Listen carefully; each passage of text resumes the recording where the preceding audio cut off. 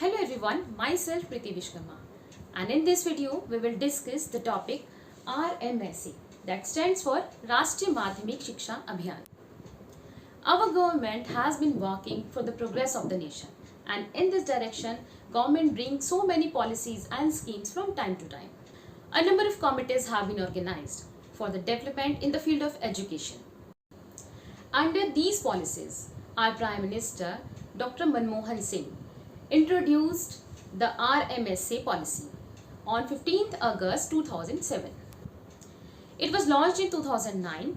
RMSA is a centrally sponsored scheme of Ministry of HRD, that is Human Resources Department, for the development of the secondary education throughout the nation. Although Shiksha Abhiyaan was launched, in which the emphasis was given on the primary education of children between age 6 to 14 years. After its success, RMSA was introduced, which aims to provide secondary education to the children of age 14 to 18 years. Along with that, it also emphasizes on the quality of education. RMSA aims that after completion of the primary education, children should continue their studies and they enroll themselves in secondary education. Shiksha Abhiyaan covers the education of children up to 8th class, and RMSA focus on the quality education of class 9th and 10th. Let us discuss about the aims and objectives of RMSA. The first emphasis was given on the universalization of the secondary education. It means no children between age 14 to 18 years is deprived from getting education on secondary level. In this direction, the RMSA ensures that the secondary school should be located within the distance of 5 to 10 km and the higher secondary should be 7 to 10 km from the residential area, so that they do not have to spend money on transportation. It was assumed that by the end of 2017, there would be 100% enrollment, means children between the age of 14 to 18 years got admission in the class 9th and 10th. And the emphasis was also given on the retention of their admission by the end of 2020. That means the student who got admission in the secondary classes will not drop out their studies without its completion. These are the main objectives of RMSA. Along with that, there are some more objectives which comes under this mission. Special attention given to the education of girls. It ensures that the socially weaker section, SC, ST, OBC or physically disabled children should not be neglected. They will get all the provisions and benefits that comes under the norms of RMSA. And for this, common school system is adopted so that children will get education with all facilities and they do not deny to go to school.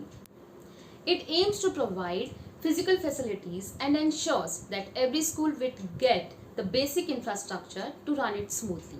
Students and teachers will not face any kind of issues during teaching learning process. It ensures the availability of additional classroom for science and maths. Equipments in the science laboratory, number of books should be available in the library, toilet facilities and clean drinking water. Under the central sponsored scheme, the ICT education would be given. Separate room for art and craft, hostel facility would be given to the girls and the teachers who are residing far from the schools. The government ensures that there would be no barrier that leads to the withdrawal of the enrollment from the school. Every organization has their own approaches and strategies to target their goals. Similarly, RMSA has focused on these three areas, that is access, quality and equity. Let us discuss all these three in detail. If we talk about the access, it means education should be affordable and school must be approachable. Transport facility given to the girls and teachers who have to cover a long distance to reach to the school. Evening shifts are also started for those students who are not able to attend classes in morning. And for that, there is a need to form a committee with certain norms and guidelines under the RMSA. In this area, the special attention is given to the quality improvement in education, such as there should be basic infrastructure in schools like blackboard, chalk, chair, table, drinking water, etc. Teacher-pupil ratio should be 30:1 so that every children will get attention of a teacher. Focus will be given on the subject English, Maths and Science. Teachers will get training during their service period so that the quality of teaching should be improved. Proper arrangement of science laboratory and computer labs, curriculum and examination should be updated. Bridge courses was also introduced for the dropout students who left their studies under any circumstances. Hostel facilities given to the teachers, and the most important initiative that has taken to improve the quality of education is that ashram schools were upgraded to the secondary schools and the vocational courses included in the syllabus to improve the skills of the student. For equity, RMSA focus on these points. Micro-planning should be done at different levels. Scholarship schemes for girls, minorities and disabled children were introduced. Special enrollment drive for the weaker section. The emphasis was also given that the disabled children should not be neglected. Female teachers were appointed in the schools to promote the girls' education. There should be separate toilet for girls. Students who belong to minorities will get the facility of free boarding. Students will get free books and uniform so that there should be no financial burden on their parents.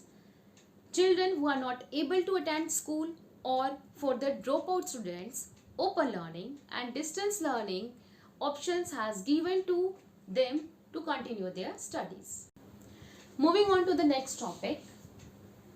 No children should be neglected. For that, RMSA provides some provision to these groups. The first one is girls and the children who belongs to SC, ST, OBC.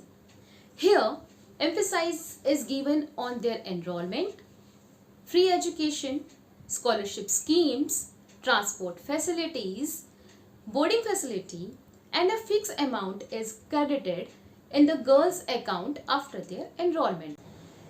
Another group is disabled children with special needs. RMSA provides special educator to them. Training is given to the teachers so that the requirement of these kind of children should be entertained.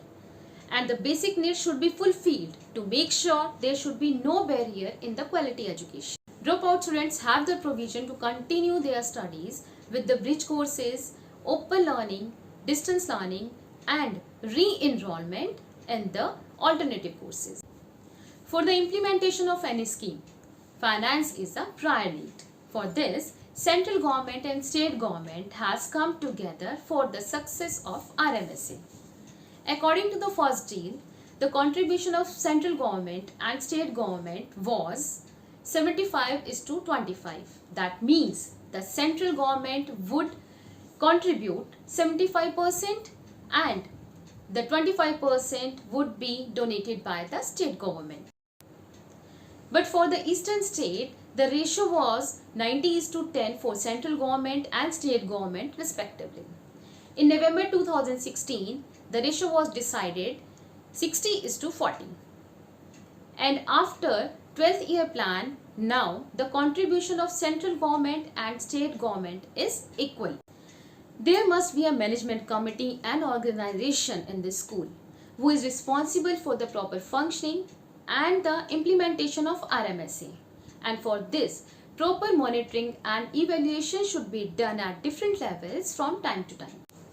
By SMDC at school level, Gram Sabha and Gram Panchayat in rural areas, District Program Coordinator and Project Approval Board is responsible for funds, proper online monitoring and evaluation, and timely survey is done by the authorities.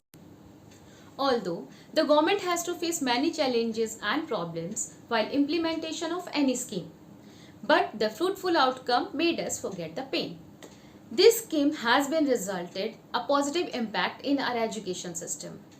Now the barriers has reduced, children come school regularly and increase in enrollment, and the ratio of the girl students has increased significantly.